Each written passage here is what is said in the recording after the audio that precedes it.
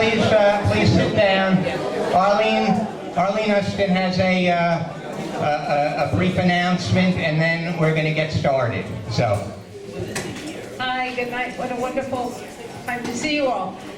Out on the table there, I have voter registration forms.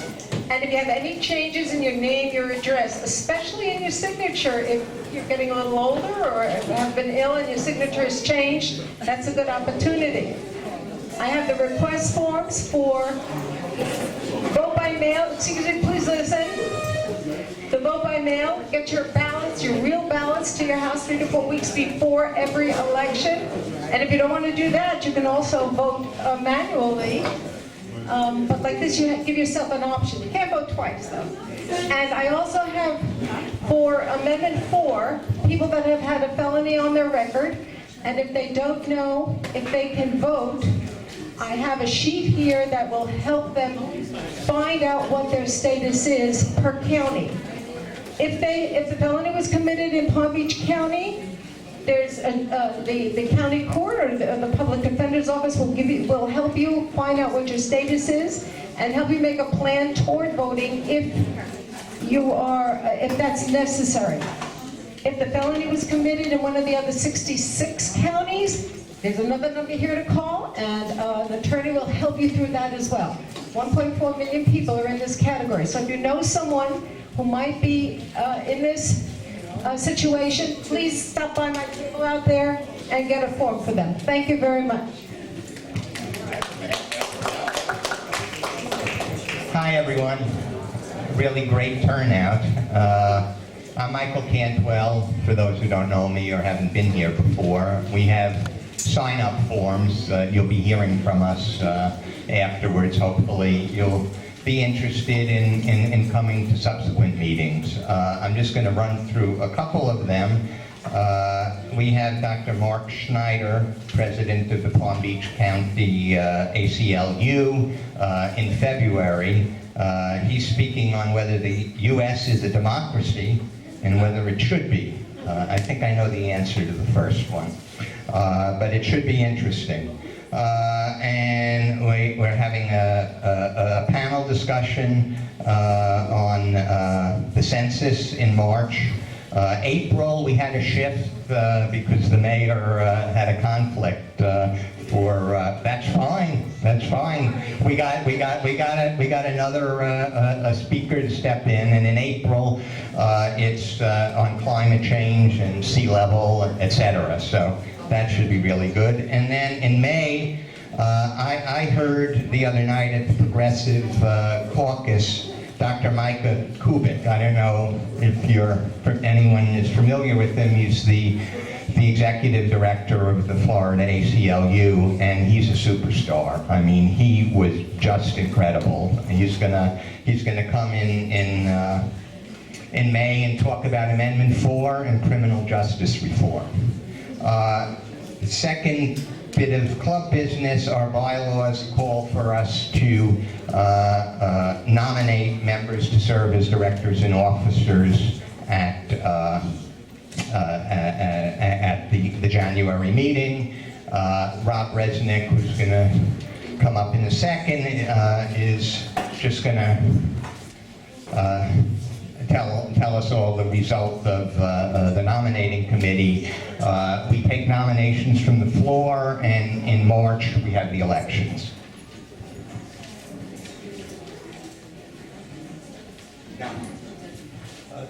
Thank you all. Just wanted to make a brief announcement on behalf of the nominating committee for the club. We've been working on getting nominations from the community. There were not any formal nominations to the committee, so the committee is going to propose that the existing directors and officers serve another term. However, when we have the election in March, there'll be an opportunity for people from the floor to provide input as well. So if you're interested, talk to us now or come back to the next couple of meetings and we'll make sure to get you involved. Thanks, Rob. Okay, so on to the debate. The ground rules.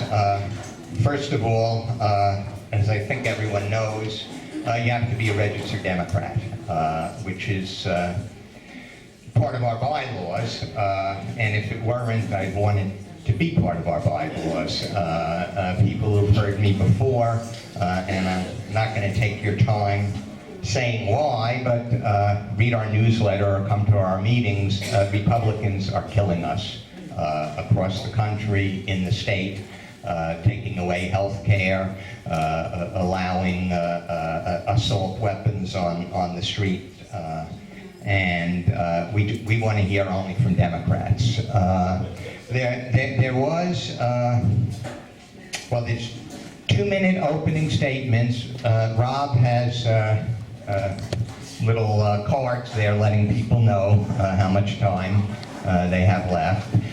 2-minute opening, 1-minute closing, and in between, 5 questions. Now, it's a little unusual that the questions are, the candidates already know the questions. They know the questions because, one, we wanted to move it along quickly and control the questions. We had a meeting, our board meeting, and we finalized the 5 questions. Nancy Trannon, who's our program committee chair, was the one that invited all of the candidates, and she's also the campaign manager for Vice Mayor Shirley Johnson, and there was some concern about that. I think it's outrageous. I mean, Nancy's one of the most ethical people I know, but there was an appearance of conflict, so we decided to make all of the questions available, and I really take responsibility for that. I should have been the one that was issuing the invitations, and we should have had a Chinese wall. But so we have 5 questions. There's a 6th we thought about adding, and I'm going to just ask people to address it in their opening statements, because there was a snafu. One of the candidates wasn't invited because we didn't think the candidate was a Democrat, and the reason we thought that was the van, at the time the invitations went out, that wasn't the status. Subsequently, the registration was changed. So I think it's important for us to know, how long. I mean, some candidates have called and introduced themselves as lifelong Democrats. That's a good thing. So that'll be, if the candidates could just put that in your opening statement. And I think that's it. We can go. How much time? We can move to the questions now. Opening statement. What? Opening statement. Yes. Okay. All right. So why don't we, we'll go from left to right for opening statements, closing statements, we'll go from right to left. Good evening, everyone. Good evening. I would like to first of all thank, can I see it? It's better? Yes. All right. First of all, I would like to thank the Democratic Club for organizing this event, and thank Nancy for the invitation to give me the opportunity to address the citizens here of Delray Beach. And once again, thank you. For those of you that don't know me, is this right? For those of you that don't know me, my name is Angela Burns. I grew up in Delray Beach. I have been a public servant all of my adult life.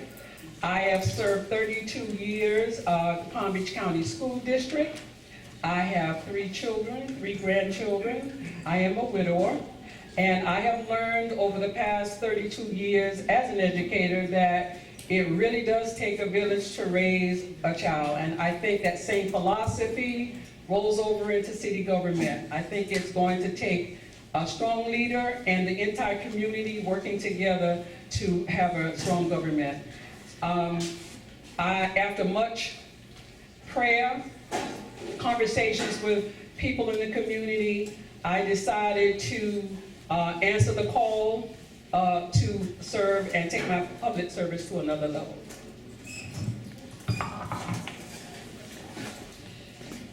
I'm sorry, and I have time left? Yep. I am a, since I was 21, Democrat.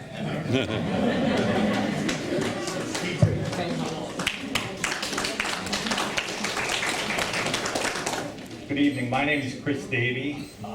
I've been a resident of Delray Beach. Look closer. Give me 1 second. Bob just suggested the seat 4 are the first 3 candidates here, and seat 2 the last 3. So, okay. Right, sorry. My name is Chris Davey. I've been a resident of Delray Beach since 2007. I've served our community in many capacities: homeowners association president, member and vice chair of the Planning and Zoning Board. Currently, I'm chairman of the Board of Adjustment. Strong believer in public service. My family instilled that in me when I was a young child, whether it was volunteer fire departments or president of the Board of Education. My family was always involved. What else can I say? I'm running for the City Commission this time because I think that a different perspective has to be brought to the Commission that's a lot more focused on the finances and really taking care of the residents of this city, especially this part of the city.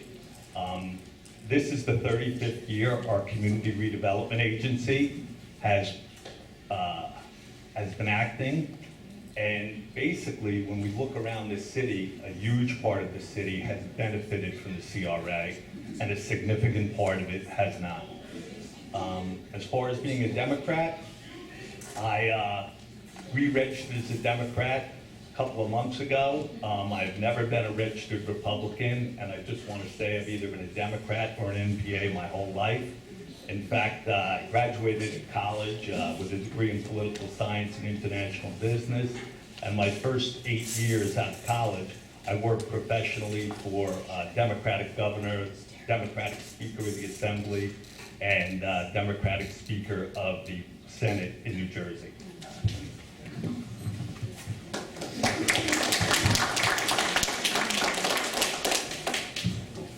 Good evening. First of all, I'd like to say I did not know Nancy was organizing this. I did not get any card, whatever. So, for the record, she did it on her own, and so for any who thought that might be the case, it was not the case. So, good evening. I'm Shirley Irvin Johnson, and I'm serving as your vice mayor and running for my second term as city commissioner, seat 4. I hope each of you have received my handbill in the chairs. And my trusted, again, Nancy Channon has done a wonderful job. I think I saw 2 or 3 in one seat. So for those who don't know me, I grew up in the Northwest section, this very section you're in, and I still live here. I'm married 50 years. My husband graciously agreed to come out with me tonight. He's usually a hermit and shies away from these activities. So for those of you who don't know, I am married and I have been for 50 years. And to a special man, and I have 2 children and 3 grandchildren. I am a graduate of Howard University with a degree in government, political science, and I had a 30-year career with IBM. I'm retired and experiencing my lifelong desire to give back to the community that gave me so much as a youth. I should insert here that I was born a Democrat. I've never ever been anything else. However, the commission is nonpartisan and there is no political influence as to a particular party. I'm looking forward to 3 more years to continue the work of providing safety and welfare to the city of Delray Beach. I stand for the same thing I advocated in 2017, sensible growth and development, to make a seamless Atlantic Avenue from I-95 to the beach, to the Atlantic Ocean, to remain independent while working for all of those who reside within the city. Thank you.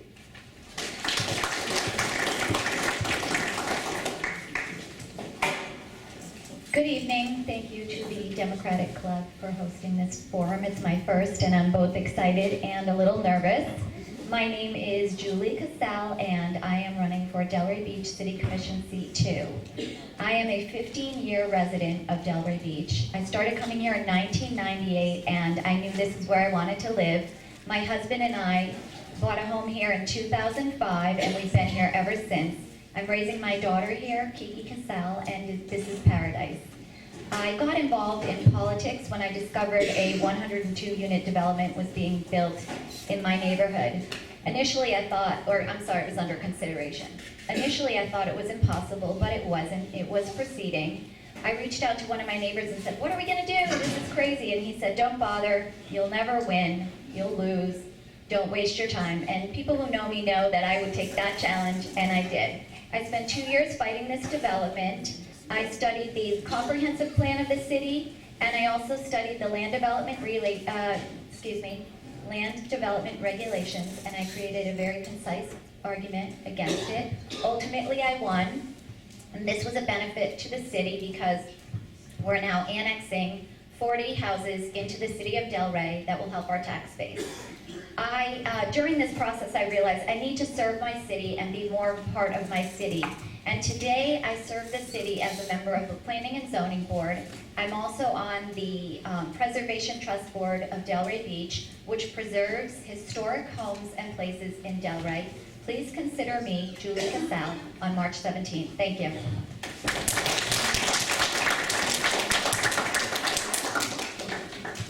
Good evening to you all. My name is Jennifer Jones, and I'm running for a seat 2 for the commission.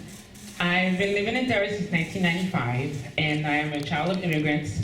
My parents who raised me, my aunts, they were all self-employed, and they put the bug in me to work for myself, and I've had my own business since 2003. And a few years ago, when my mentor passed away, I decided to go back to school, got my degree in English and a minor in philosophy. I chose to run this time because I'm from a working family, and I believe in the voice of working families. A lot of changes are happening in Delray, and it's beautiful. The city is growing and it's changing, but I don't want our people to be forgotten. And by our people, I mean people of lower, medium income, people who have lived in Delray for years, made this city so beautiful and so amazing. We did not become All-American City 3 times by changing who we are, but it's by being true to the essence of what Delray is. And I think it's important that we have a system of co-governance where the people are heard by the officials and that the elected people are working together with the community. I think it's important for all of us to be able to benefit from all of the great things happening in Delray, the economic changes, the beautifying of our city, and my purpose here is to be a voice in my community, not just for the Haitian community, that everyone who lives here in Delray, but I think representation matters, and if more people see that we're taking an active part in our civic duties. I'm not a politician. This is my first time I'm running for a civic, my civic duties, but I'm a community activist. I believe in my community. I believe in speaking up and standing up for what's right. And what is right is that more people in Delray take a part of what happens in Delray. And so I count on you all. You are already demonstrated that you care about the city by being here. So first, thank you. And I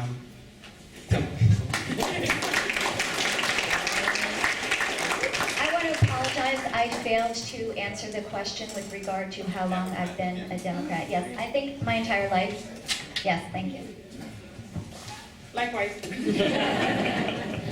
Hi, my name is Deborah Tendridge, and I'm your candidate for the Delray Beach City Commission Seat 2. I want to first tell you how proud of a mother I am because my daughter is back there in the blue shirt next to my beautiful mom. Thank you for coming. I love the city, which is why I'm running. I moved here in 2012 from Atlanta, and my whole life magnetized to Delray Beach. My daughter goes to school here, a space of mind. I found home there when I graduated from the Anti-Defamation League class leadership class. And I actually headquartered my nonprofit organization, Eat Better, Live Better here, which I founded in 2016 after I lost 70 pounds and reversed my daughter's medical conditions with just food. So I actually designed an entire curriculum that's being implemented in aftercare programs and summer camps throughout the county. I've worked with 7,000 kids, parents, and teachers, and 700 locally here in Delray Beach. I'm going to use my love for Delray, my young and energetic spirit, and my fresh perspective to champion the different priorities that I have for the city, which is redevelopment of West Atlantic, which is to help create a unified vision for the city of Delray Beach, which is to also work on environmental sustainability, I'm going to work with the school district to help bring our schools to become A-rated schools and make sure that every neighborhood shares in the success for the city. It is my passion to go ahead and do everything I can with my community involvement, which is locally and countywide, from the Homeless Task Force here in Delray Beach to the Palm Beach County Crime Prevention Officers Association countywide. If you actually take a look at my RAC card, you'll see on the back a list of all the things I'm involved with countywide and locally throughout the city, and they all will have a direct impact to Delray Beach. I have been a Democrat since I was born. It's generational. And I do not plan on doing anything different but staying a Democrat, even though this is a nonpartisan race. The streetlights and the potholes are not for Democrats or Republicans, they're for everyone. So I will speak and represent the entire population in Delray Beach and the residents, the business owners, and I appreciate you all for being here. Again, my name is Deborah Chendrich, and I'm your candidate for Delray Beach City Commission. Thank you.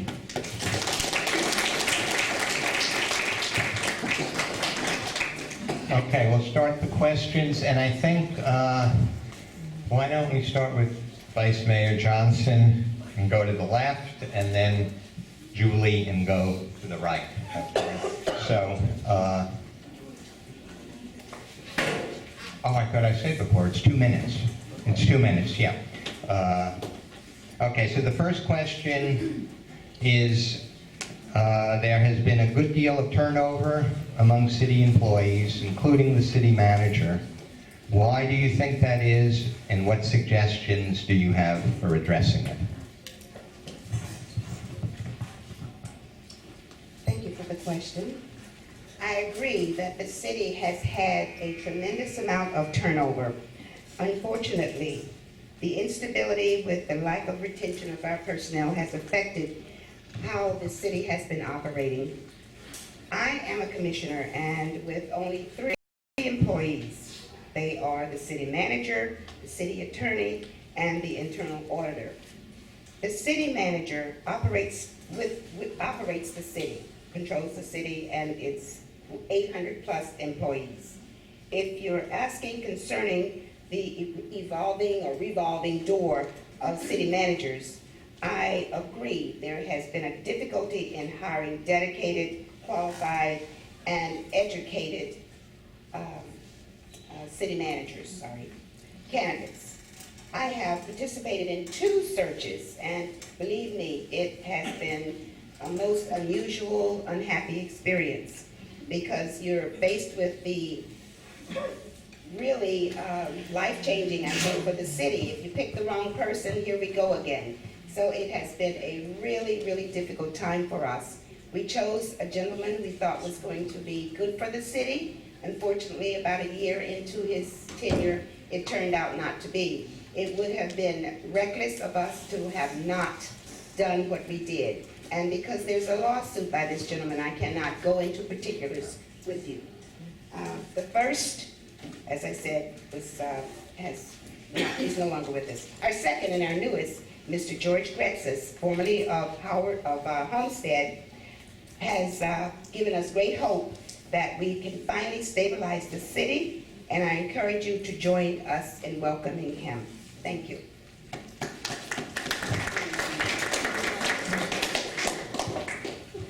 There has certainly been a great deal of turnover in city staff in Delray Beach, and it is unfortunate. By my count, we've had 9 or 10 city managers and interim city managers over the past 8 years.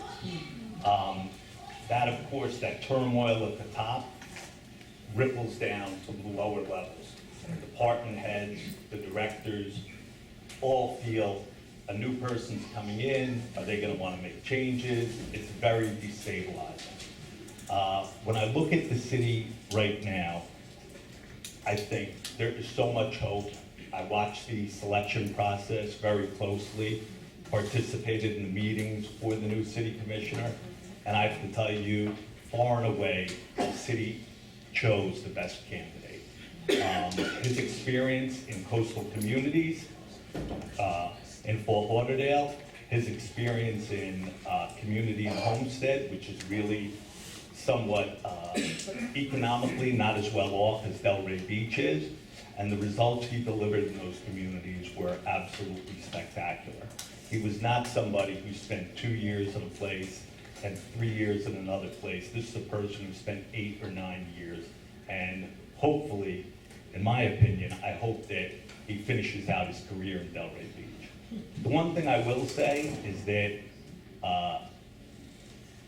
a lot of the turnover at city staff has been the result of certain commissioners, okay? Not to get divisive or anything here, but the incumbent in this position refused to speak to our interim city manager for 8 months when he was in the position. She would not return his emails, she would not return his phone calls. Everybody, all of us have worked in jobs in our life. Oh, sorry. All of us have had jobs where we don't necessarily like the people we work with, but personalities cannot get in the way of doing the city and the public's business. Thank you. Sir, what did you say about the cause for the turnover? We missed that. We missed that back here totally. Do you mind if I? Yeah, go ahead, but I'm going to give Shirley a chance to respond. Sure, of course. Yes, I think that the turmoil started at the top when you have 9 or 10 city managers and interim city managers over the space of 10 years. That is extremely destabilizing to your upper and mid-level management, because they all of a sudden feel like, hey, this new person's going to come in, he's going to bring certain people with them, and of course, people go out there, and in a city like ours, other cities are constantly looking to poach our employees, because when you put Delray Beach on your resume, a lot of other cities do want to talk to you. Thank you.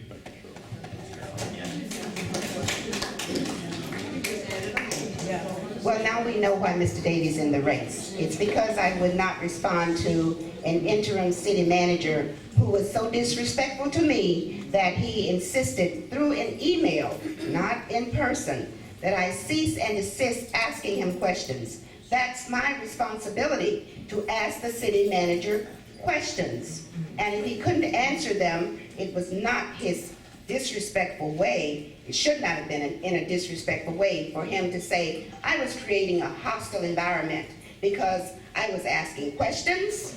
I'm always going to ask questions because that's the only way I'm going to get information. I can't get it through osmosis. So if my questions were so difficult that he could not answer them, then perhaps he should not have been in the job.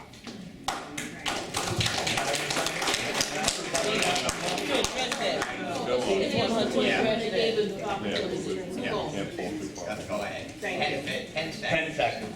I just want to say that I think if anybody who has been watching the city commission meeting would see that it was a bad situation and we cannot allow a personality conflict to interfere with conducting the city's business. And whoever the city manager is, we have to find a way to work with him.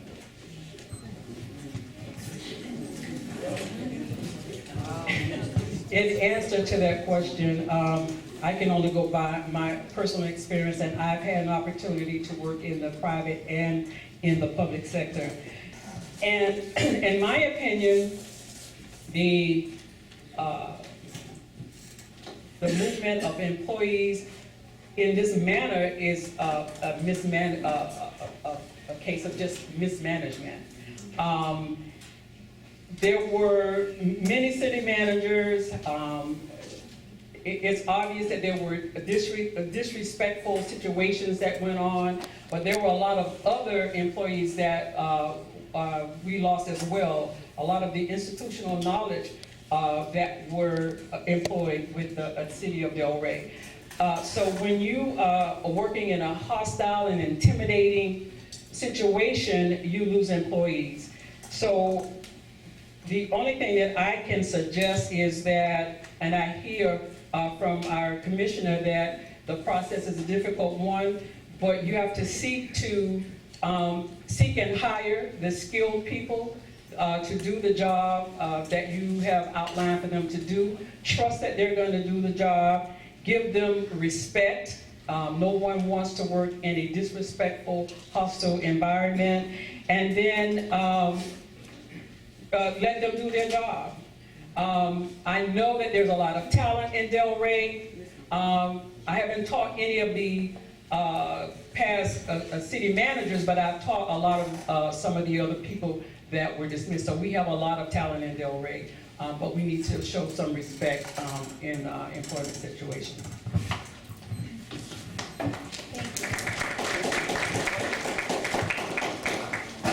I have a great deal of respect for anybody who works for the city. And I don't want to speculate. I'm sorry. Oh, that's too loud. I apologize. I'll find some balance by the end of the evening.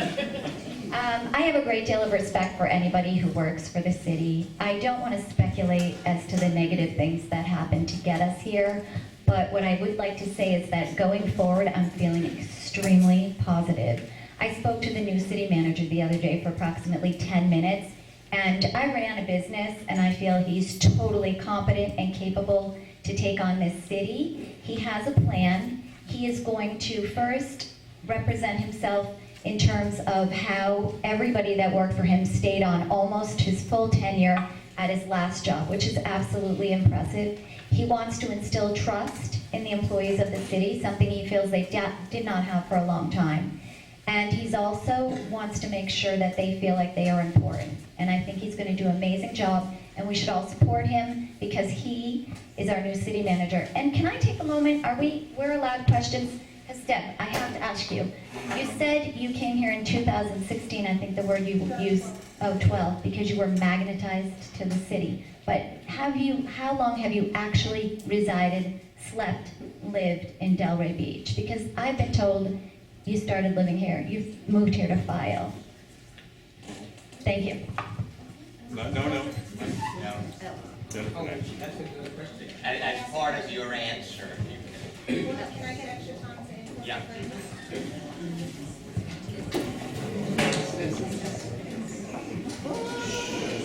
Here we go. Well, we do have to consider where these turnovers are coming from. If we look at the turnover rate, it's not sufficient. We want to pinpoint exactly where it's coming from, and it's high-level employees. So there's senior-level officials that are not staying in their positions because the employees of Delray are loyal to the city. They love the city and they want to stay here. So we have to see where these the negative environment is coming from. And if it's coming from management, then we have to fix that. And if the management is in the commission, then we have to find a way to change the dynamic and change the decision-making that comes with who is in this position and how we allow these people to do their jobs.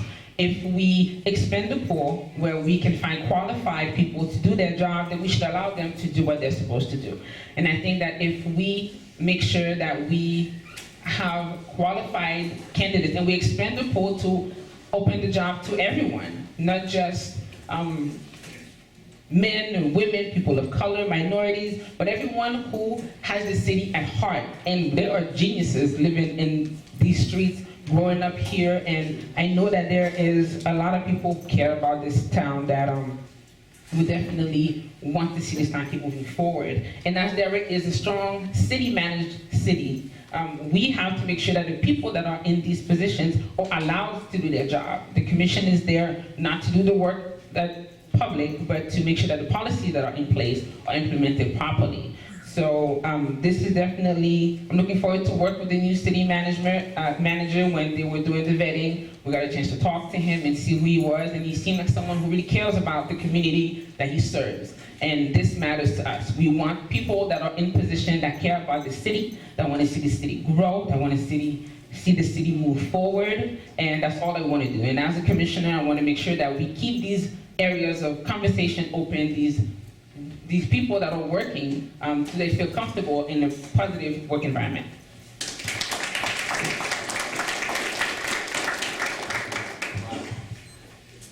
I believe that turnover is created by the lack of a unified vision by the city, which Delray seems to be lacking. If you look at the commission now, there are competing directions constantly. There are arguments and disagreements publicly in front of citizens and staff. that means we're not on the same page. If we have a unified vision, we're on the same page, and we can work towards the same goal. It's not about your side or my side, it's about the community side. We need to respect the city staff for the experts that they are. We bring them in, they work hard, they're educated, we bring them in as experts. We need to value their expertise, and when they give us feedback, we need to respond accordingly and appropriately, because I have spoken to a lot of city staff who said that they have given proper feedback, and it's been dismissed, that they're not feeling appreciated. And that also attributes to lack of appreciation and employee retention. That has a lot to do, they go hand in hand with each other. We need to encourage team building and greater communication between the departments, the different departments, the city manager, the city commission, and also the residents. We also need to make sure that transparency, respect, and trust becomes a standard here in Delray Beach. I, Deborah Tendridge, will be your candidate that will champion a unified vision and a unified front, and make sure that we can and I can give that to you as Delray Beach, because you deserve it. And to answer your question, no, I have lived here since June this year, June 2019. My business has been here for years, and my daughter's school has been here for years. Because I'm here from pretty much 8 o'clock in the morning to midnight, I decided to move here because I love the city. I've been engaged working with schools, communities, and organizations since 2012 in Delray Beach. And you don't necessarily have to live here to be engaged here and be fully engaged in the city, because people who've lived here 50 years wouldn't do a better job than me. And if we're talking about rumors, I just kind of want to bring something up that was also mentioned in the magazines. Is it okay if I ask Julie a question? There is a rumor as well that you and Chris Davey were actually put onto the commission as a power play by Shelley Petrolia to control. This isn't necessarily my view, but since because we are talking about this, I did want to bring the attention that, would you please clarify, please? I think I'm fairly certain I clarified. Hold on, I'm fairly certain that I clarified this statement when I accused the gentleman of casting aspersions on me. That is absolutely incorrect. I ran a multi-million-dollar business. I have an Ivy League education, and I am nobody's puppet. I am running because I live in Delray, and I've lived here for 15 years. I'm raising my daughter here. My husband and I live here. I'm a taxpayer here, and I care about the future of Delray Beach, and that's why I'm running. And I'd further point out, I'm the only individual running for seat 2 who doesn't have anything to gain from this position. I do not run a business. I am retired. I'm not running a nonprofit that I can benefit from. I'm not running a small business. I'm not selling real estate. I'm doing this simply for the city. Vote for Julie March 17th.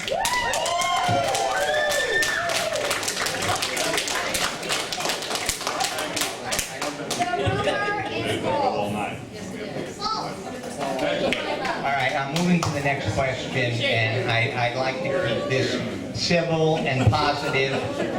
We're asking about your vision, we're asking questions about what you would do, and we're not going to get through the evening if I have to keep giving people chances to respond. So, yeah, well, when you... okay, so the next question, speaking about vision... Want me to take that one, Mike? What? No, hang on.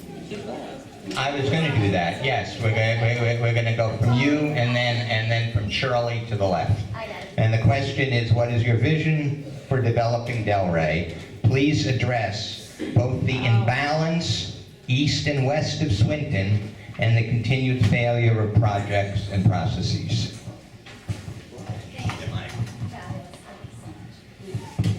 There are many unique and diverse neighborhoods in Delray. My vision for the future, and first and foremost, involves quality of life for the citizens. In this regard, preserving and protecting neighborhoods is my priority. And I've already done this, and someone can ask me a question as to how, and I'd love to answer that, but I don't have 2 minutes. That includes all of the neighborhoods, yours and mine. With respect to the imbalance in the east and west of Swin, I think the obvious answer is socioeconomic. 52% of families in the West Atlantic neighborhood are cost burdened, which means they are paying more than 30% of their income for their homes. The unemployment rate is at 18%, 9% higher than that of the city. The high school graduation rate is 24% lower than that of the city. Workers in the area earn 67% of what workers earn citywide. 38% of residents have no health insurance, and 92% of jobs within the West Atlantic neighborhood are held by workers outside of the area. Addressing failed projects and processes of the past isn't going to get us forward.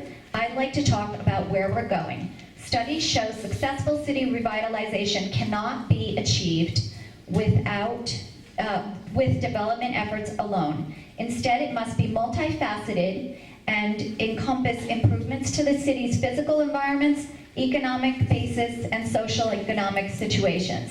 I have read the entire plan, the West Atlantic Redevelopment Plan, which is over 200 pages, and I can tell you that it is fabulous, and it encompasses 6 principles: community capacity, civic stewardship, community wealth building, healthy community, placemaking, and strategic investment. It's under consideration, so we will see if it gets adopted. Thank you.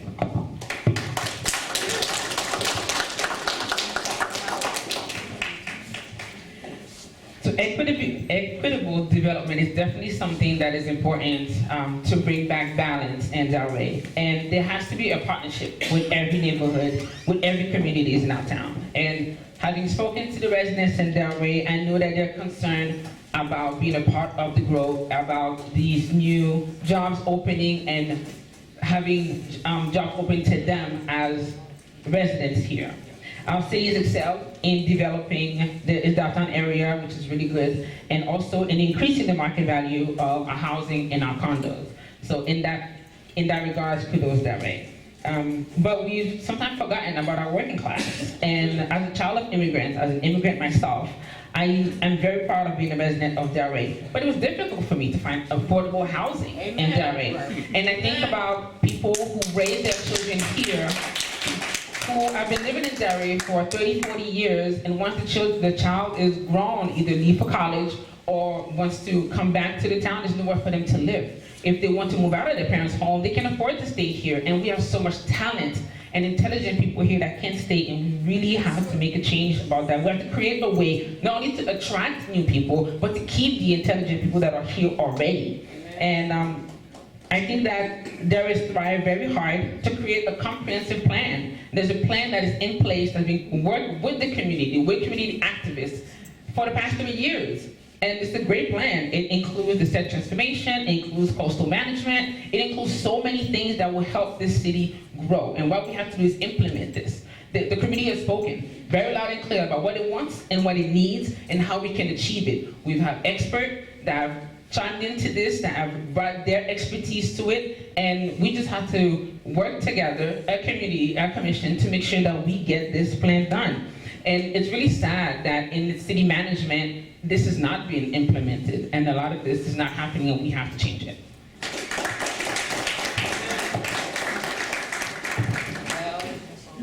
Growth and development is inevitable in Delray Beach because it's a great city, but not all development is equal or fair. I have read through the comprehensive plan for the city, and in almost every facet of the city, whether it's housing or health, the set is falling short on all of those, and they're substandard compared to east of Swinton. You don't have to read the comprehensive plan to see that. You can drive the streets. Amen. You can actually go and see the difference of the streets, the sidewalks, the lights aren't being replaced, and we have no grocery store. So with all that going on, it's great that we have this flourishing downtown Delray, but it needs to be extended down to 95. We need to give opportunity for the local residents to become local business owners, where they don't have to pay $25,000 a month for rent to keep a business. We want to create the unique boutiques and the mom and pop stores that you're forced to come to the avenue, Delray Ave, to come see that you can't find in any mall. We need to start investing in our local talent to help be part of the development process and hire locally. We are outsourcing a lot of that work, and we need to hire the talent we have in Delray Beach and our residents, because we have talent that will do a great job.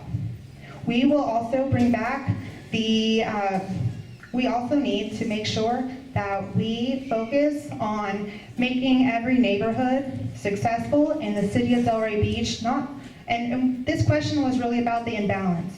So what I will champion for the city of Delray Beach, my name is Deborah Tendridge, and I will champion that we will balance out the imbalances, and I will fight for the set to get the improvements that they need so we can be equal and just as equal as every other neighborhood in the city of Delray Beach. Thank you.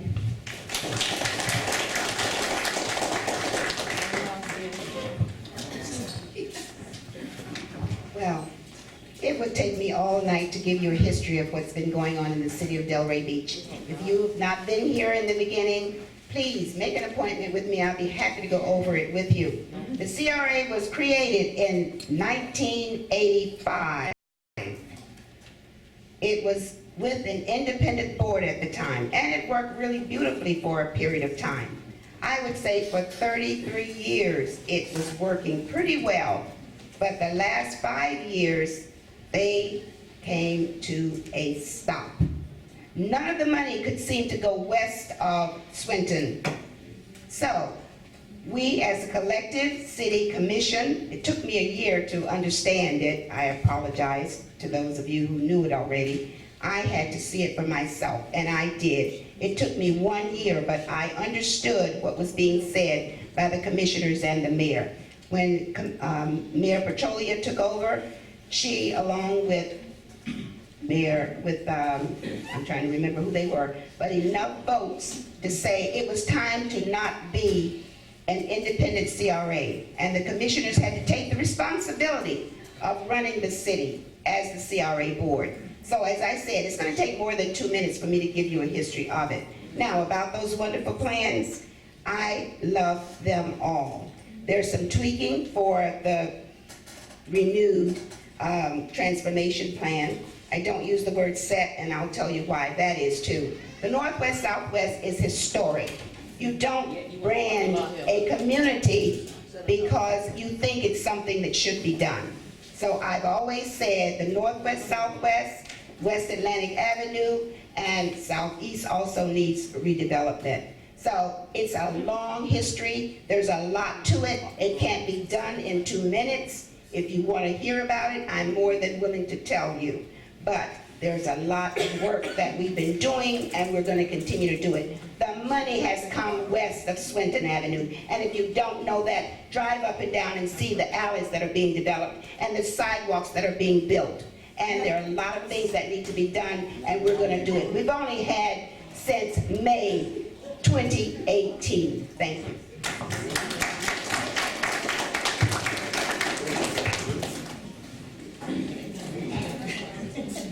I sat on the Planning and Zoning Board for a number of years and opposed many of the projects that were too large within our city for the sites they were on, whether it was IPIC, whether it was Atlantic Crossing. Since at least 2005, properties east of Swinton have required no assistance. That area was going to develop based upon its own inertia. But yet, from 2005 to the present, development was still subsidized, and giveaways and handouts were given to developers at the expense of Swinton West to 95. It was really disgraceful, and that's another reason that I am running for the commission. Because whether it's developer infrastructure assistance, as they call it, somebody who's building a $200 million project who got the land at a steal does not need a taxpayer handout.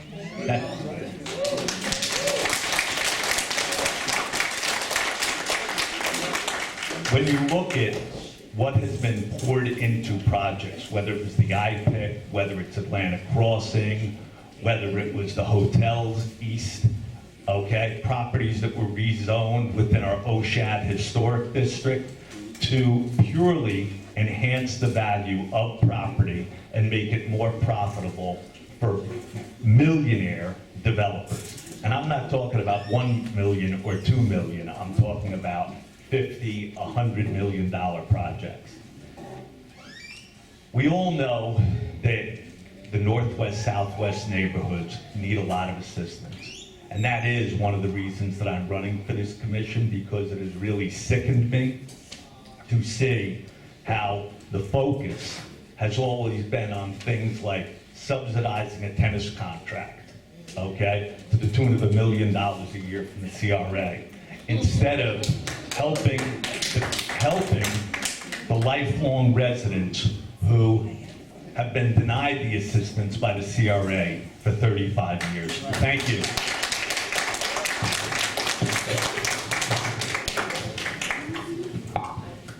And it sickens me as well. My husband and I were very active in the community back in 1985 when these plans were developed. So in the 30 years, we got some sidewalks and some alleyways. Thank you. I work in a community where Village Academy has less than 900 students. And of those 900, we have 35 students that are homeless. That is for an all-American city. And I get emotional when I think about it. I have a vision for development without displacing citizens that have been here for generation after generations, parents that have worked hard to leave properties for their loved ones so that they can have something to fall back, some sustainability for themselves, and then we're being pushed out. So I'm not only looking at it, I've lived it. I've lived in Carver Park, I've lived in Lake Island Road, I've lived on Northwest 7, and I'm going to call it the set, because when people get together and they decide whether it's historic or not, the set incorporates the historic. It was voted upon. I didn't vote for the set. There were 3 choices. I voted for a second one, but the majority voted for the set. That's the Democratic way. It is the set, and it needs some help. We need 30 years, and we got some sidewalk, and I really appreciate those sidewalk and alleyways, but we need some homes built that are affordable so that our people are not living on the street, that you're not riding it down this all-American city with homeless people on the highway taking care of their personal needs. We need some development and without displacing our people that have lived here and that deserve to be able to stay here if they decide to do that.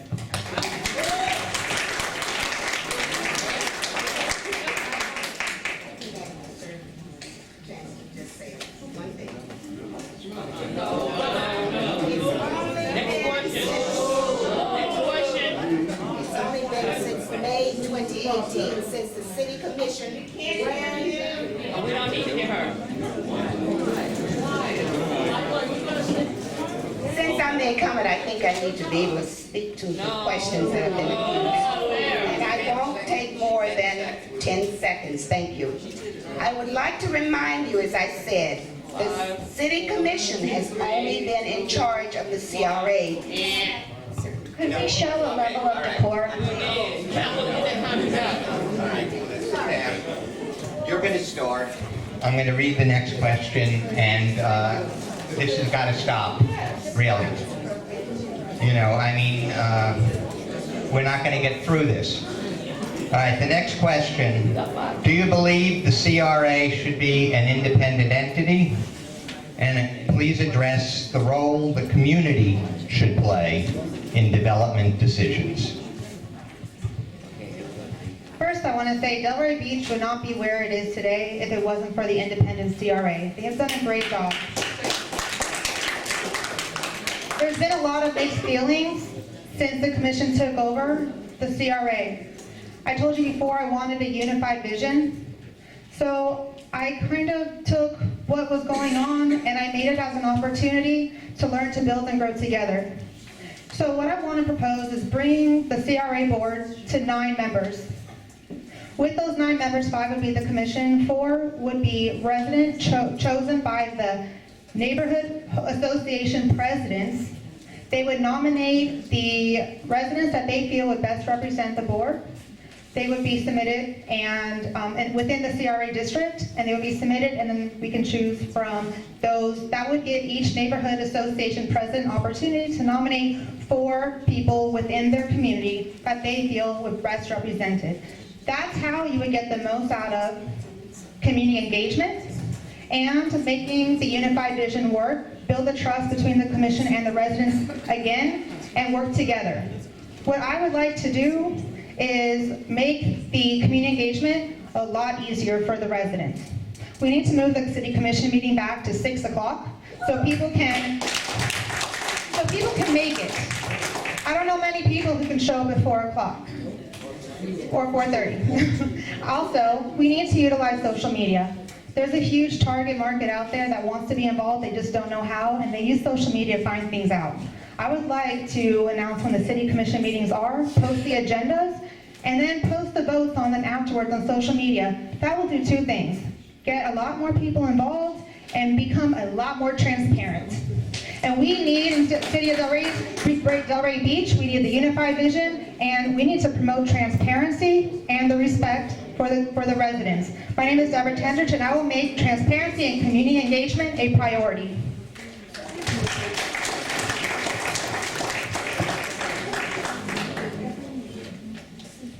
I certainly believe that the CRA should be an independent entity. I mean, it is for the community, it should be run by the community. And the issue that we're having with the commission running the CRA is, honestly, it's impossible to avoid a certain conflict of interest. Once the commission commissioners are running for election, there are certain interests that contribute to these campaigns, and once you're put in a position of power, some people look at you to expect to see what you will do for them as they've done for you. Well, if we place the commission in charge of who's in the CRA board, then we make sure that we put people that have the expertise to run the commission, but also that have no interest in financial gain, but instead are looking for the interest of the community itself. The community should play a part in everything that the CRA does. There should be more meetings open to the community, more affordable. As a matter of fact, there should be meetings in every area, in every neighborhood. We should come together regularly to talk to the community in these neighborhoods and say, this is what we're doing, this is what we need to do, these are the services that are open and available to you, this is where you can apply. Many people don't even know what the CRA stands for, what the CRA can do. The funds coming into the CRA, who can tap into it? There are plans for minorities and for women and for low income, and some people don't even know that it exists, and those are in the know are those who can show up at 4 o'clock and hear about these meetings. But what about the working class? What about the people who the CRA is meant to help and assist, this low and medium income families? And that's what it should be.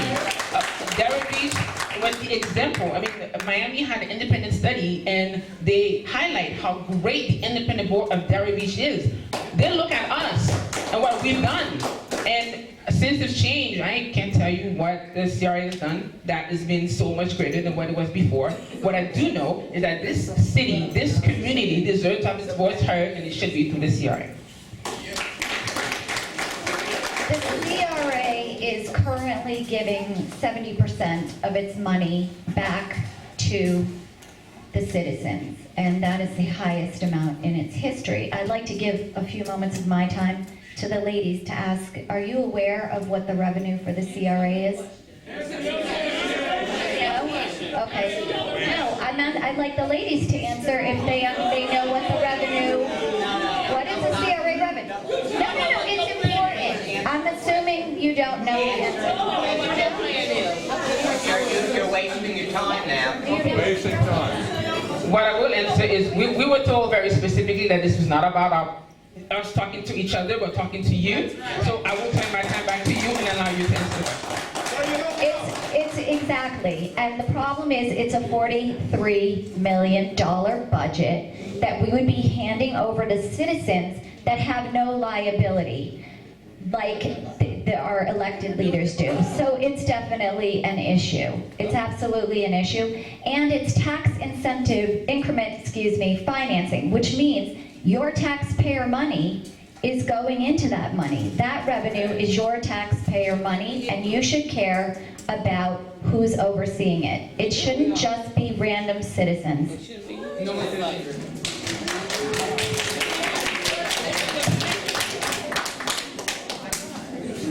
It's very clear to me that you do not understand the role and the requirements and the statutes, the mandate of the CRA. It is not to be a welfare agency. The agency, excuse me, I've been very respectful. I don't think I've been rude to anyone, so please give me the same respect.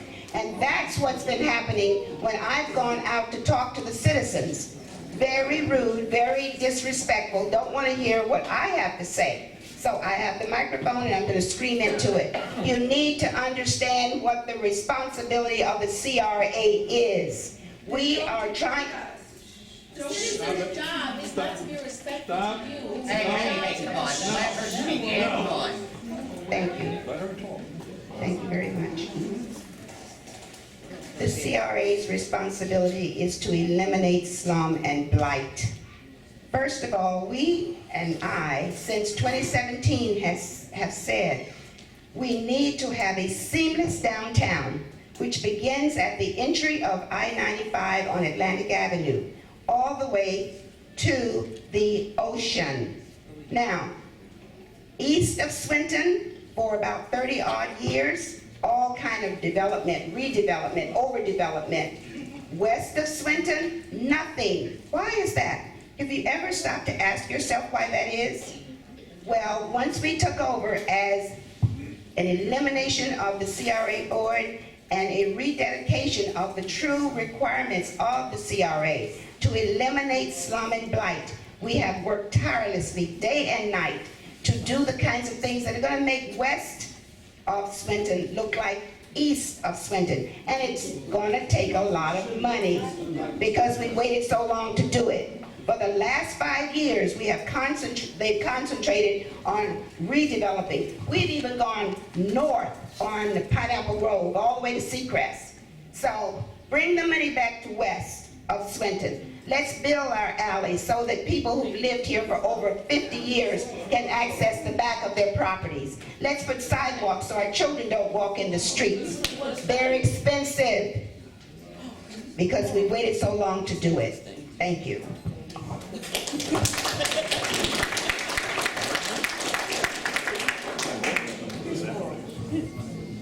Let me start out by saying that the CRA should absolutely be controlled by the City Commission. And there's one reason I believe that. The revenues coming into the city, into the CRA right now are approximately $20 to $21 million per year. Only elected officials should be handling that pot of money, okay? That's first of all. Second of all, in the past, what I had just spoken about a few minutes ago with handouts being given to developers and assistance giving on these huge projects, okay, that was given when the board was in private hands, okay? Now, unfortunately, I was hoping that in 2018, when the commissioners took over the board, okay, and constituted it with the 5 commissioners, plus 2 residents of the Northwest, Southwest communities, that was going to solve the problem. Most of you here in this neighborhood are familiar with the Uptown project, the large tract of land that's left, one of the largest tracts of land, if not the largest, left east of 95 on the south side of Atlantic between the 600 and 800 blocks.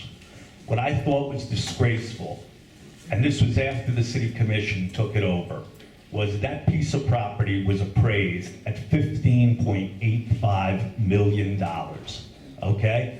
The CRA started assembling that piece of property. I looked at it in the tax rolls today in 1996. So for 22 years, they worked on assembling this parcel, spent about $9 million of taxpayer funds on a $15.8 million property, and the commissioner who I'm sitting next to cast the tie-breaking vote to sell that to a developer for $10.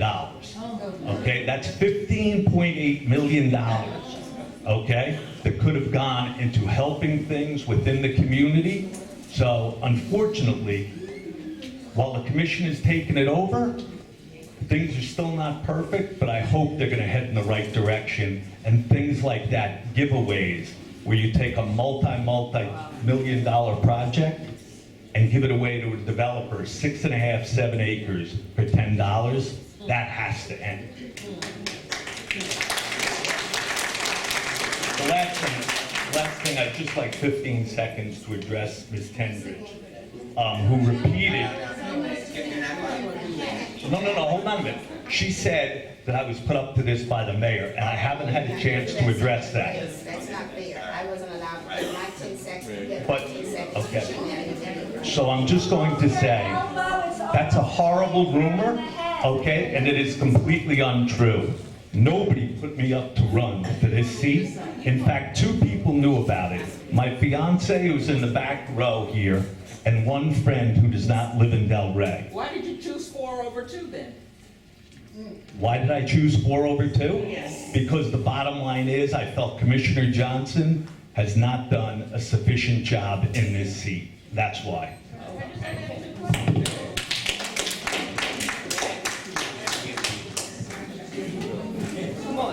And with that being said,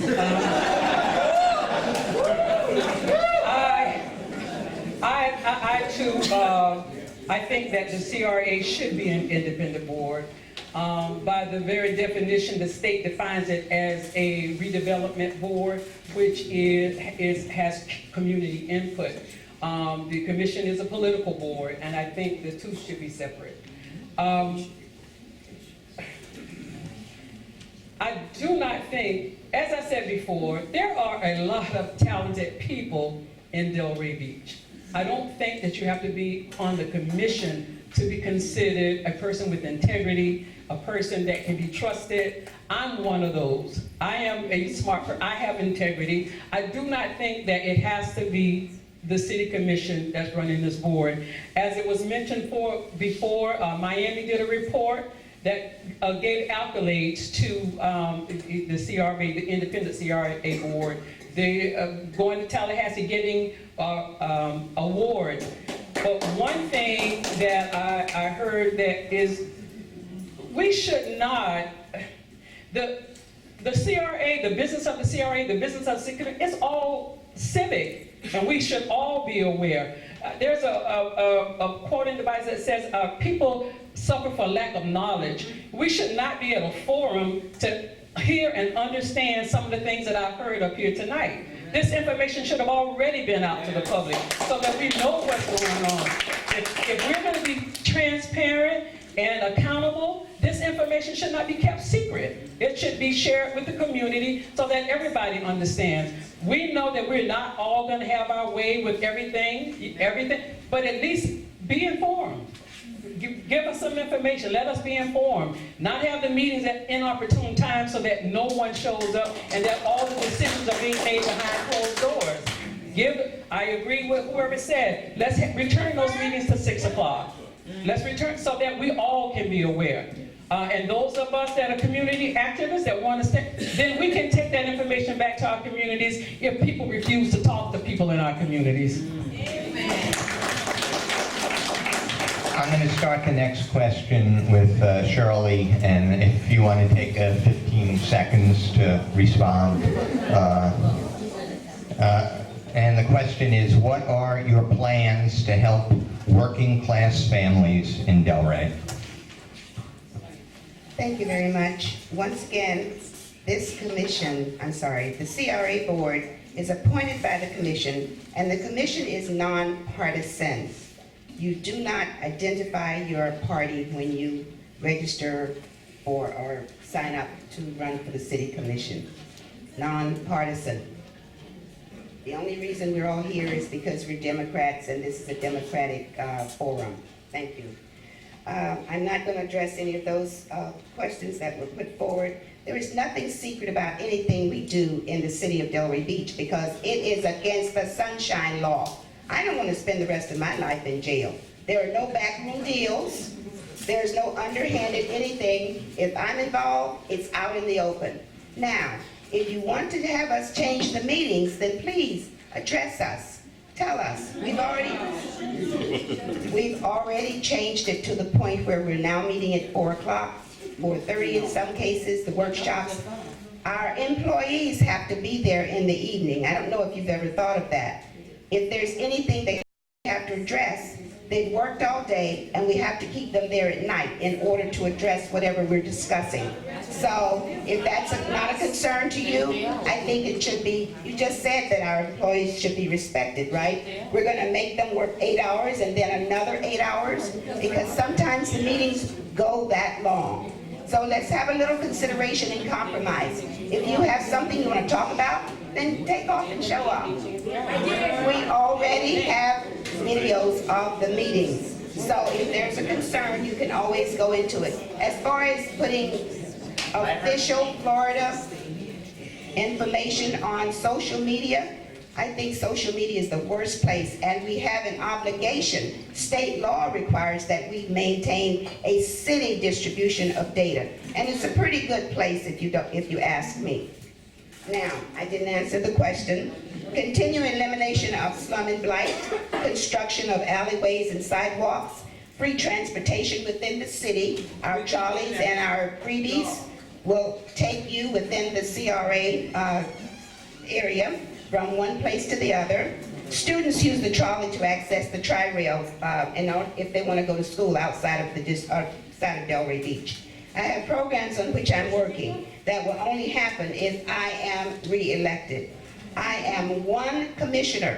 It takes teamwork. I have to influence my commissioners in order to get anything done. If I were a dictator, I could take over and it would not look like it does now.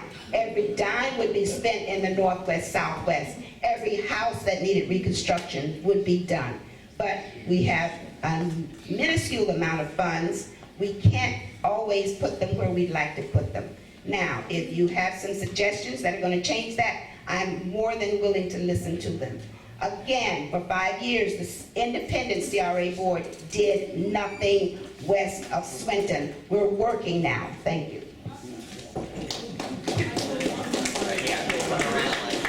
I think we're starting the next question. Yes. We're on question number 4. What is your plan to help working class families in Delray Beach? That was the question that I read. Yeah, it's me next. Okay, thank you. Oh, may I elaborate on something Shirley said? I do sit on the Planning and Zoning Board, and so one of my meetings, I believe we were there till 10:30 at night, and while I don't mind being there till 10:30 at night for the city, the employees who had been there all day were there. So the video is online, and you can view it, just FYI. Pardon me? Wait, sorry? Oh, well, vote for me as a commissioner, and I will consider that. Thank you. There is a general understanding that the working class cannot afford the American dream. There is an abundance of national conversation focusing on improving the lives of the working class and how to do that. 40 to 50 years ago, someone with no more than a high school diploma had a better job opportunity in a city than a small town. Today, that is not the case. The clerical jobs that cities used to offer are largely gone, replaced by computer software or outsourced. Unfortunately, those who used to hold middle-income positions have dropped down to the wage scale, competing for jobs at the bottom. Further, as wages flatline and workers without college degrees suffer, housing prices are soaring. I think we need to increase educational programs geared towards employment, try to promote apprentice-type situations, support small businesses, and provide attainable, affordable housing. Thank you so much.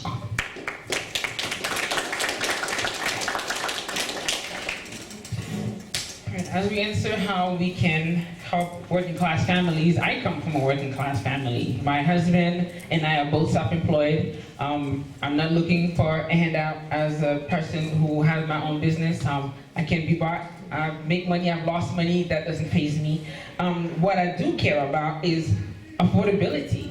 I do care about sustainability, about housing in Delray. And also want to keep in mind increasing congested traffic in Delray. A drive that used to take you 10 minutes can easily take you half an hour now. Aging infrastructure in Delray, environmental concerns, all these things are important to working families. They affect our working families every day. And honestly, the comprehensive plan that exists does address a lot of these issues. And I think it's important that we tap into the resources that we already have, that we use them. If they need to be tweaked, changed, adjusted, let's do so. Let's do so working together with the community, working together with the working families in Delray.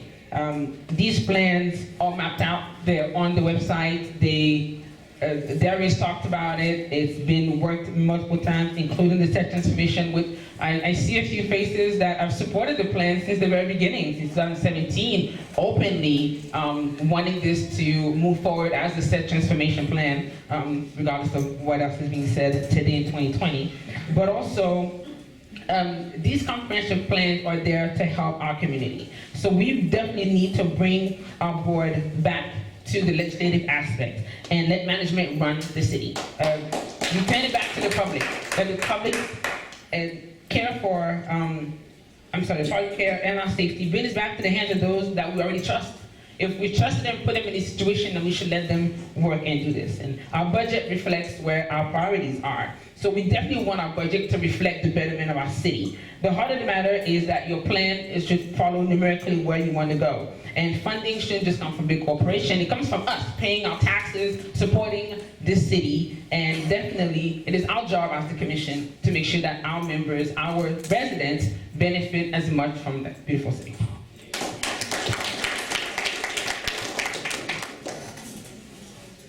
We need to require better, we do better at requiring developers to include workforce housing in their new development.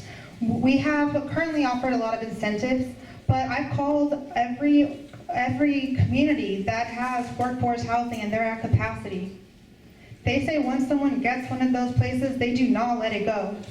And right now there are so many people, they get calls every single day looking for housing and there's none there. There's no workforce housing available. We need to do a better job. The working class needs it. The working class also deserves A-rated schools. I've been endorsed by Erica Whitfield, which is our local school board member, and I'm going to work closely with her and the school district to make sure that I can help bring those schools up to A-rated. That's going to be one of my missions as the city commissioner here in Delray Beach. I work with the education system now with my organization, and I am very familiar with the district, and we can work together to do that. Education is the biggest equalizer, and what I would also like to do is create a tutoring program that's city funded and also volunteer based. We have a lot of retired teachers here in the city that would love to come and volunteer, that would love to come out and help the kids get to read on grade level. That would love to help the kids with their science projects or even fill out a college application. There's so many opportunities for our kids to flourish that the working class can't afford to do on their own. It is our responsibility to take care of those kids and those communities and those families to make sure that our education system is up to par and they can live here. I want my teachers to be able to live in the neighborhood of the children that they teach.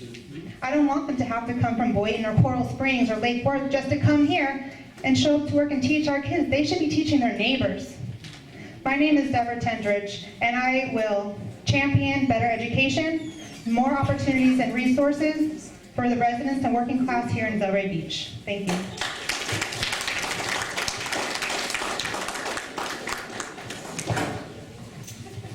So, one of the number one issues of our citizens, well, our working class citizens in Delray is affordability. Affordability as it relates to housing and affordability as it relates to livable wages. I mentioned before the number of homeless children in our community, and that's just one school, and it's a school that's forgotten. When you talk about high school, most people, Atlantic High School, but Village Academy has pre-K through 12th grade, and we are a district school. But parents are not being able to, there are no jobs. So part of my plan would be to advocate to enhance the quality of life by providing education and training for citizens to meet the current workforce demands. Increasing education. Education is my thing. I've had passion for education since I was a little girl. Just so that the kids can compete in this society. What we have coming forward in education, servicing, and they're not going to need too many people. I saw a video in the school the other day where you're being served by a machine. You go up, you wave your hand over a machine, you put your face in a machine. So we need to increase so that our kids also have top-rate schools so they'll be able to sustain themselves in our society. The cornerstone of the thriving community is to reinvest back into your community.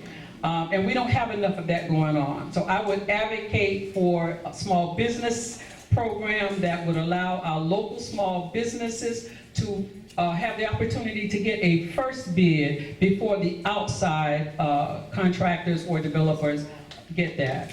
And that's just part of it. Thank you. That's just part of it.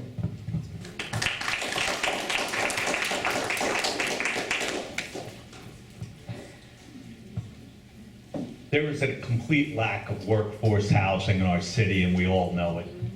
The developers who have been building here have only been building luxury apartment complexes where one bedrooms start at $1,800 to $2,000 and a two bedroom starts at $2,300. That is not something the average worker can afford, okay? We have to go back to the old adage of the 1960s. To those whom are given much, much should be asked. The city has not done the best it could with requiring developers to go to local contractors and use them, because local contractors typically hire people from the local community. The other thing we have to look at, when you look around the country, you look at places like Seattle, Oregon, more progressive cities. On certain size lots we allow to be built, we maybe need to allow to be built what used to be called a granny flat, okay? And that helps twofold. It helps provide an affordable housing unit that's maybe 800 to 1,000 square feet that can be rented to somebody from the neighborhood. And it also helps the elderly within our community by providing them some income and helping them live a better quality of life. These are things that the city has to do. In addition, education is something that is really near and dear to my heart.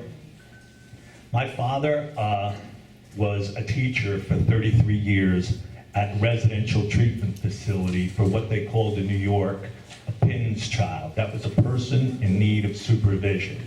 These were kids that were removed from their homes because the parents had typically had substance abuse problems, and they were placed in a residential treatment facility. And education is the greatest thing we can give our children because it gives them a leg up and a springboard for the rest of their life. Thank you.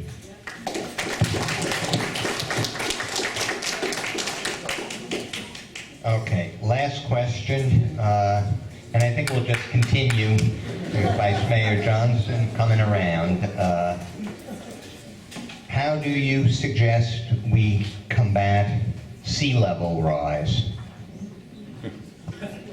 Well, I was a little taken aback by that question because that is such a broad question that is certainly outside the purview of the city commission. The only thing I could think of was what are we doing locally, and I can share with you that we did pass a plastic straw ordinance in order to help protect our animals, our sea animals that have been influenced by it.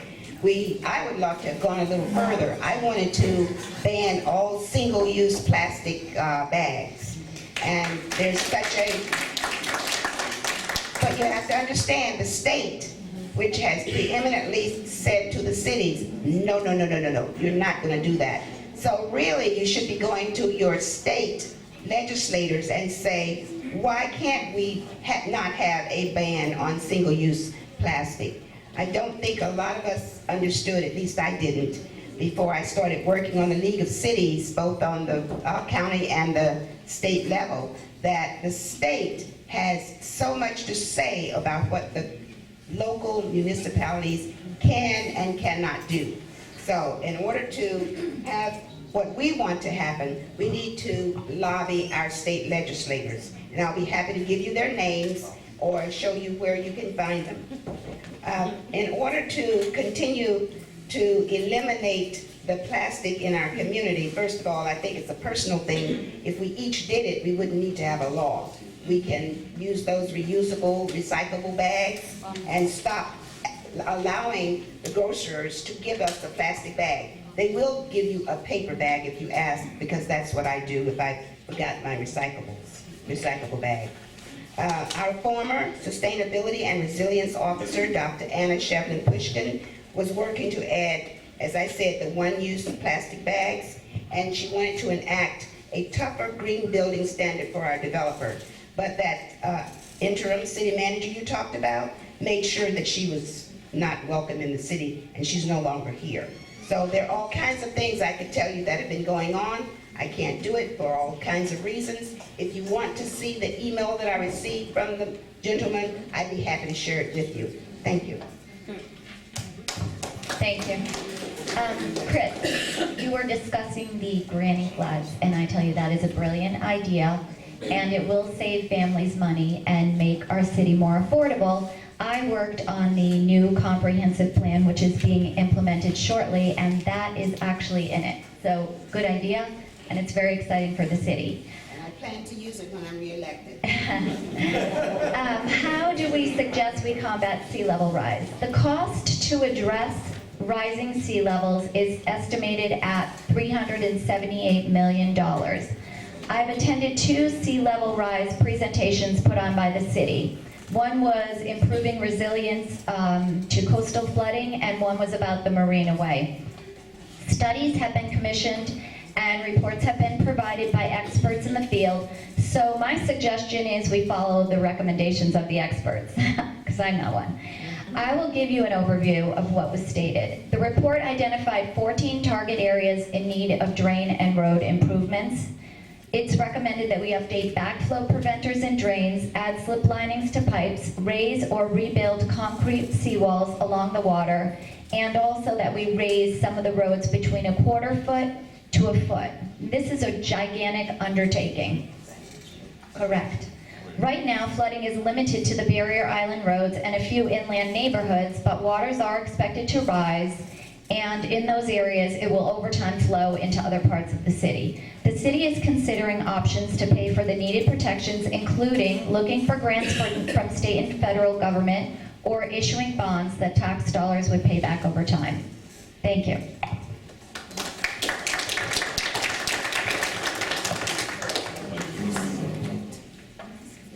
I actually wish I was an expert on climate change and how it affects us and how to remedy the situation, because we are definitely affected by it, but I'm not. What I will tell you is that as a commissioner, I am definitely passionate about working with the community directly affected by it, speaking with the experts in these areas, finding out exactly how they think these changes need to be done to affect our neighborhoods.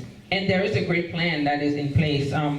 My colleague Julie here has done a very great job explaining what's in there, so I don't have to reiterate that. But we should all be familiar with the coastal management plan that exists there, because it is a strategic partnership.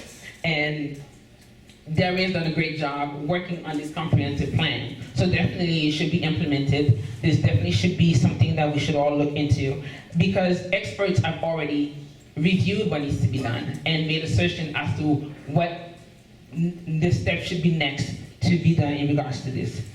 Speaking to knowledgeable people that live in these areas that have expertise in this field is how we can improve and we can protect our cities and our neighborhoods. And co-governing is also really important. Having an open line of communication with the elected official, with the communities that are affected, the people that are living there, that is important. It's important in a time like ours. And climate change affects us all, not just directly on the beach or the sea level rise, but when a hurricane comes and hits a town like ours, low-income families are panicking because they don't have income further than the next paycheck, and they have to make provisions to care for their families and their children, and we have to find a way as a city to support all these families as well, and to find better ways to protect all of us. So the coastal management plan set some very specific goals that are great to be implemented, and it is definitely something that as a commissioner I will support.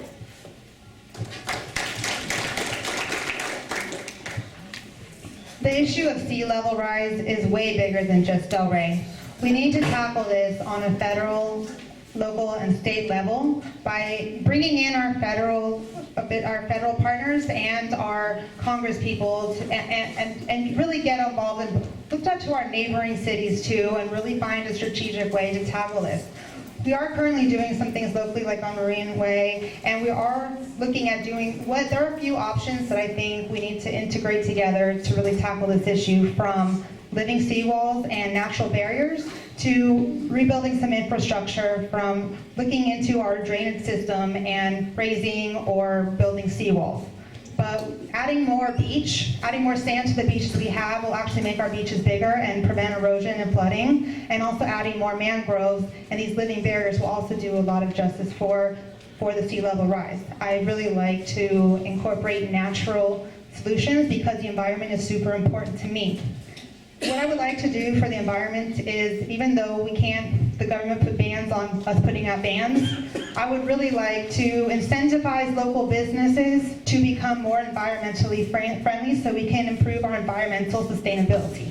So we can't ban businesses from using single plastic bags, but we can incentivize them and give them some tax incentives for becoming more environmentally friendly. We can also incentivize, we can also actually do a local recycling program and partner with the SWA, the Solid Waste Authority, to do some community outreach and education about composting. There are so many different things that we can do as a city. I would like to put together a kitchen cabinet of all the environmental experts, to find ways that we can champion environmental sustainability here in Delray Beach. Thank you.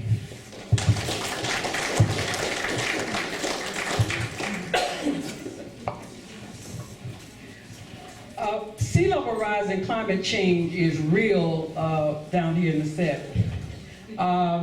When I think of this, it keeps me awake at night thinking about the future of my grandchildren. I have beautiful 10-year-old twins and a 18-year-old, and I just shudder at the devastation that we feel down here. It's the sea level rise, but we get flooded when it rains. So we need to pay attention to drainage. I know that Delray has done its due diligence in getting professionals, and they have a plan in place. I say work the plan. It doesn't make sense to keep making a plan and letting it sit on the shelf. Work the plan. It's not going to get any better. The sea level is not going back. It's going to rise. And it's a people issue as opposed to an economy issue. No two communities have the same, face with the same devastation. In order to combat it, we need to be adaptable. We have to mitigate the seawall, and we have to do it with boldness. Raising the seawall and replacing the seawall is only part of it, but we need education. We need to get our people, get a program for preparedness, and then figure out if something, in the event that we do have a disaster, what are we going to do with the people that are displaced on the other side, on the bridge? So it's something that, as I said, the plan is there, and we need to work the plan, and I know that it costs money. I looked it up. I didn't do as much research, but I looked it up, and it's astronomical. And I know that the state chips in a little bit, but we just have to figure it out. Because the storm is no respect of person. Doesn't matter how much money you have or how little you have, the storm will get us all.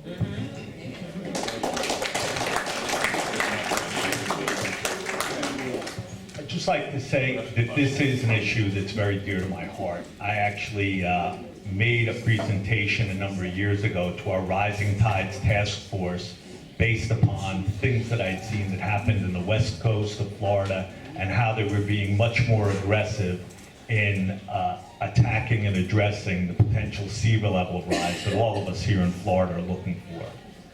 The bad news is sea level rise is a fact and it is coming.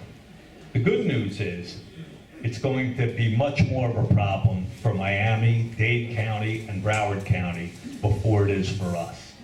If we want to look really and see how to address sea level rise issues, we just have to look to certain areas on the west coast like Sarasota, which have changed their LDRs, their land development regulations.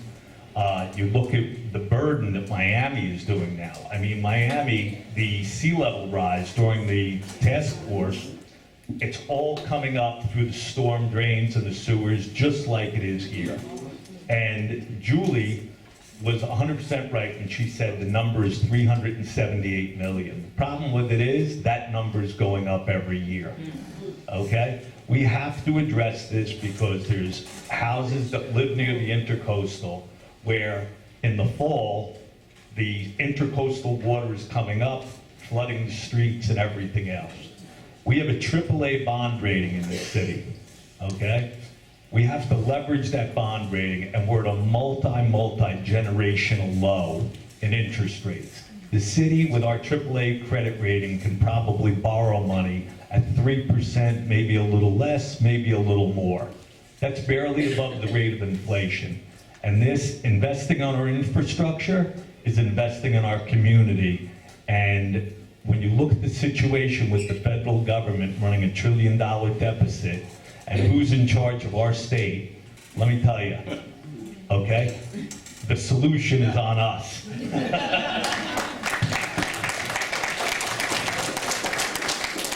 Okay. Closing statements now.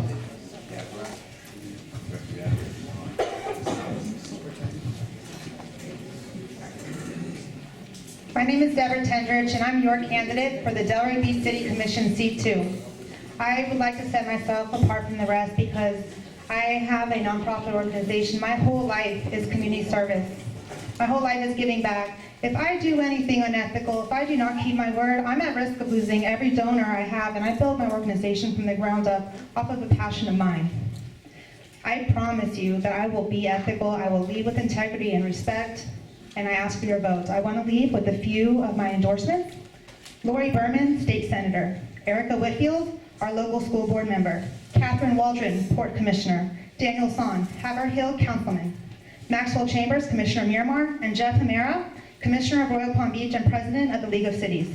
Thank you, and I ask for your vote on March 17th. Remember, Deborah for Delray.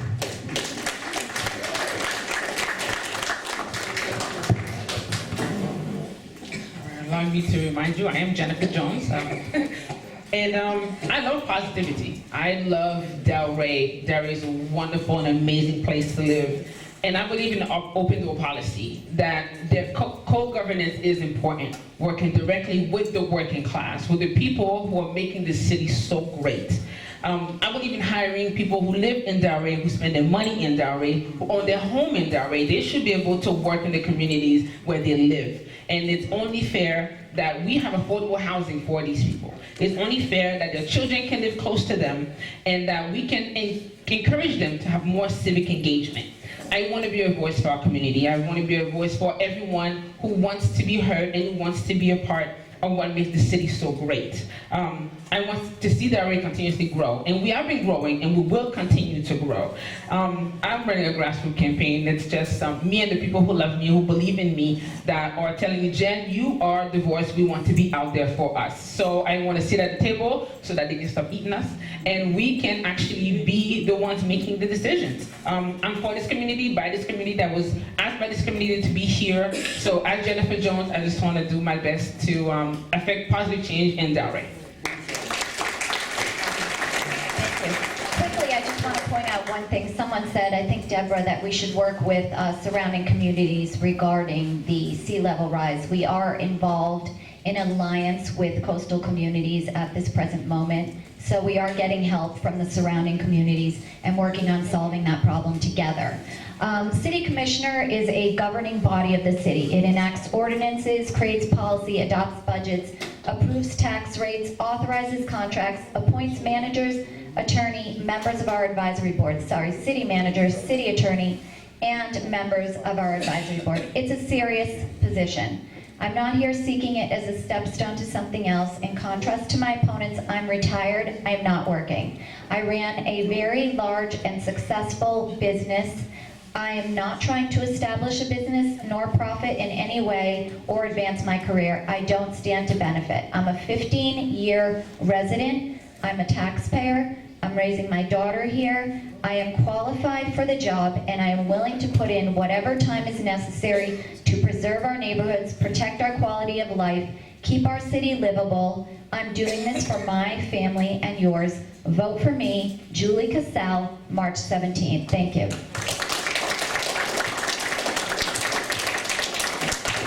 First of all, I'd like to thank each and every one of you for coming out tonight. I'd like to thank the Delray Beach Democratic Club for putting this together. I'd like to thank my opponents because you've given me some great ideas for the next 3 years that I'll be serving on the commission. Delray Beach is becoming just like our national scene. Have truths, hidden agendas, and accusations that are totally untrue. Please research and find out everything that was said tonight, whether it's true or false. We're getting to be a society where you can't tell the difference. Trust me, some of the things that were said tonight are totally untrue. I won't take my time to tell you what they are. But if you want me to tell you, call me 561-306-4062. I'd be happy to tell you what they are. And as long as our conversation remains civil, we can have a great time talking about it. Incivility is not in my DNA. I'd like to offer my transparency, my life experience, my independence, 33 months in the CRA, and 1 year in the CRA. Also, I'm Shirley Johnson, serving as your Vice Mayor and your City Commissioner in Seat 4. Please vote for me. Re-elect Shirley Johnson. Thank you.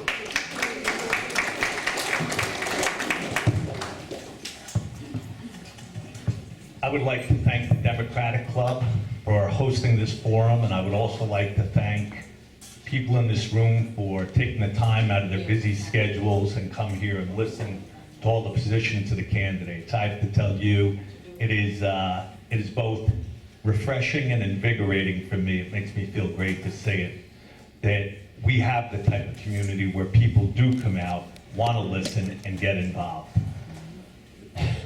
When I look at our city, there is so much hope. We have a budget of about $130 or $140 million per year. This is a serious business. If it was a large corporation, we'd have a CEO. We have about 800 employees with the city. And we really must start looking at this like a business. And the business is to serve the needs of the consumers and the taxpayers. I really hope that you will consider me when it comes time to vote, because believe me, this city is facing problems. But the great thing about it is that we have a large country, and somewhere else, they've faced the problem and they've found the solution. I love to read and I love to do research, and believe me, I can't wait to have the opportunity to serve you and make Delray a better place for all of us to live. Thank you. My name is Chris Davey.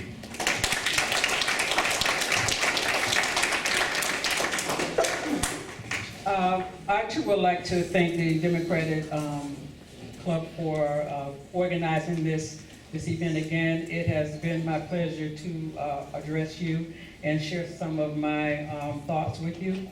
I am a first-time candidate, not a career politician, as I believe that we need someone that will speak for the city and advocate for its citizens. gentrification is not just in the city. It's the entire city is at risk for gentrification.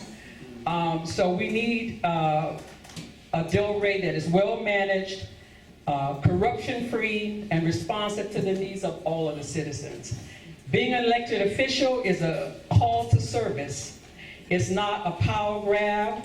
It's not something that we should go into for our own self-interest. The decisions we make really affect people's lives, and we should not take it lightly. When I become your city commissioner, my decision will never be subjective, but always objective. I am also challenging you to hold me accountable, because a democratic government will only work if it is there's accountability is at the forefront.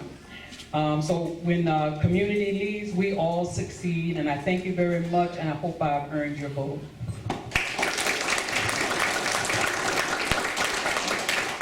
Well, thank you all. That was lots of fun tomorrow, let me tell you. Wait, don't leave yet. Nancy has a couple of announcements regarding some MLK-related events and activities coming. No Democratic Club, no City Commission. These are MLK events. The first one is the Spading Museum is having a brunch on January 20th. I urge you all to come. We're going to have a really good speaker. I'm on the board of this committee, and it sounds like it's going to be a really great event. And also, as everyone's walking out, one more thing. I've been working with Marjorie Waldo at the Arts Garage. They're going to be doing a production of 15 on the Road to Freedom. It's about the youngest participant in the march from the Voting Rights March from Selma to Montgomery. The tickets are only $25. I really hope the whole community can come together. It's January 31st. And during the day, school children are going to be coming for free. Okay? Thank you for those who listen. Okay, folks, we do have to get out of here in 10 minutes, so if you can talk to the people quickly, do it. However, as important as this election is in March, it pales besides the one in November. All right, folks, this is Bob Avarak. He is our zone leader in the Democratic Club. He needs your help. All right? If you have a few minutes during the week to make phone calls, to talk to your neighbors, talk to this guy. Thank you. And speaking of Martin Luther King weekend,